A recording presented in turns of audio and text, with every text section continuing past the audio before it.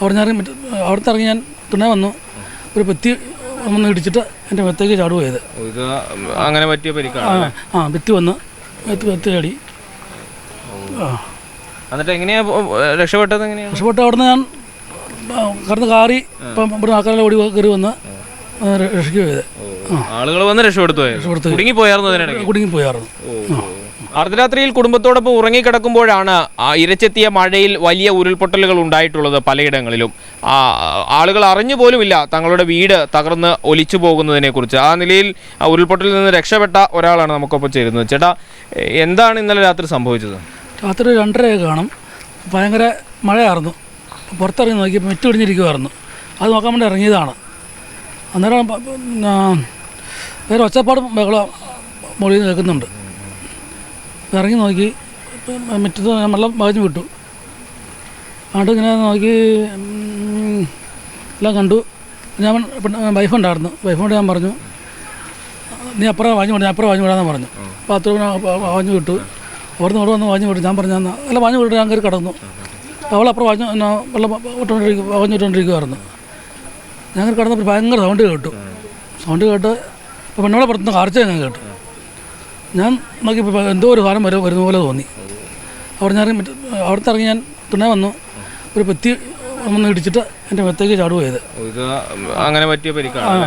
ഭിത്തി വന്ന് മെത്തി ചാടി. എന്നിട്ട് എങ്ങനെയാ രക്ഷപ്പെട്ടത്? രക്ഷപ്പെട്ട അവിടുന്ന് ഞാൻ കടന്ന് കാറി ഇപ്പം ഇവിടെ ആൾക്കാരെ ഓടി കയറി വന്ന് രക്ഷിക്കുക ചെയ്ത്. ആളുകൾ വന്ന് രക്ഷപ്പെടുത്തു. കുടുങ്ങിപ്പോയായിരുന്നു. അപ്പം വൈഫ് ബാത്റൂമിലേക്ക് അങ്ങോട്ട് വെള്ളം പോയില്ലായിരുന്നു, ചെന്നില്ലായിരുന്നു. അങ്ങോട്ട് പ്രശ്നമില്ലായിരുന്നു. ഇന്നലെ രാത്രി നല്ല മഴയായിരുന്നു അല്ലേ? മഴയായിരുന്നു. 2:30 സമയത്താണ് ഉണ്ടായത്. ഈ തൊടുപുഴ ആലക്കോടിന് സമീപമാണ് ഈ ഉരുൾപൊട്ടൽ ഉണ്ടായത്. അതിൽ നിന്ന് രക്ഷപ്പെട്ട ഒരാളാണ്. പാദത്തിനും സംബന്ധിച്ചിട്ടുണ്ട്, പറ്റിയിട്ടുണ്ട്. ഞാൻ അളിയനാണ്, എൻ്റെ വീട് ഇതാണ്. എൻ്റെ അളിയനാണ്, തറവാടാണ് പോയത്. പെങ്ങളും അളിയനും മാത്രമേ വീട്ടിലുള്ളൂ. അപ്പം ഒരു ഒച്ചപ്പാട് കേട്ടു. അപ്പം വിളിയില്ല. അപ്പം എന്തോ എല്ലാം ലൈറ്റ് വീണു. അപ്പം ഞാനും ഓടുമ്പോൾ ചാടി ഏറ്റു. മൊബൈലേ ഉള്ളൂ, ഞങ്ങൾക്ക് വേറെ ലൈറ്റില്ല. അപ്പോൾ ചെന്നപ്പോഴത്തേക്കും ഇവർ ഇപ്പുറത്തെ തോട്ടം കേട്ടോ, അവർ ഇത് ഇറങ്ങി ഇവിടെ വന്നു നമ്മൾ തോട്ടം ഇവിടെ വന്നു. അപ്പം നമ്മൾ എന്നെ ഉടലാണെന്ന് പറയാൻ പാടില്ല, മണ്ണാന്ന് അങ്ങനെ രക്ഷപ്പെടുത്തിയപ്പോൾ ഇവർ വന്നു. അങ്ങനെ അത് കഴിഞ്ഞപ്പോൾ ഞാനൊക്കെ ഓടി. ഞങ്ങൾ ചെന്നപ്പോഴത്തേക്കും ഒന്നും എന്നാന്നറിയത്തില്ല കേട്ടോ സാറേ. അവിടെ നിന്നപ്പം ഒരു മൊത്തം മണ്ണിടിഞ്ഞ് എടുക്കുക. ഇത് ഉടലാണോ മണ്ണിടിഞ്ഞാന്ന് അറിയാൻ പാടില്ല. ഇപ്പോൾ നേരം വെളുത്തപ്പോൾ ഞങ്ങൾ അറിഞ്ഞത്.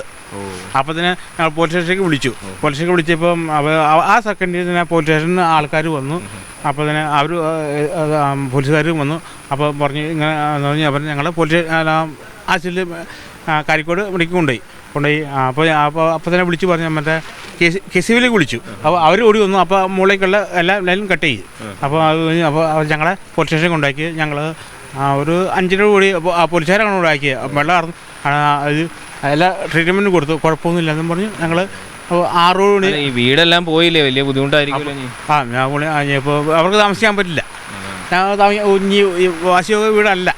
ഇനിയിപ്പോൾ സർക്കാർ എന്തെങ്കിലും ചെയ്താൽ ഞങ്ങളെ തറവാടെന്ന് വേണ്ടിയില്ല, നമ്മൾ അങ്ങനെ ഇനിയിപ്പോൾ എന്തെങ്കിലും ചെയ്യും എന്ന് പ്രതീക്ഷിക്കുന്നു. ഈ വീട് മുഴുവൻ തകർന്നു പോയല്ലോ കേട്ടോ. ഇനിയിപ്പോൾ തകർന്നു പോയി.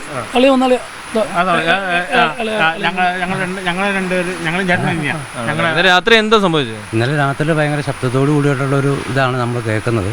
അപ്പം അങ്ങോട്ടും ഇങ്ങോട്ടും ഒച്ചപ്പാടും വേളം ഇട്ട് കഴിഞ്ഞപ്പോഴത്തേക്ക് നമ്മൾ അങ്ങോട്ടും ഇങ്ങോട്ടും ഇറങ്ങി മാറാനുള്ള അവസരം കിട്ടി.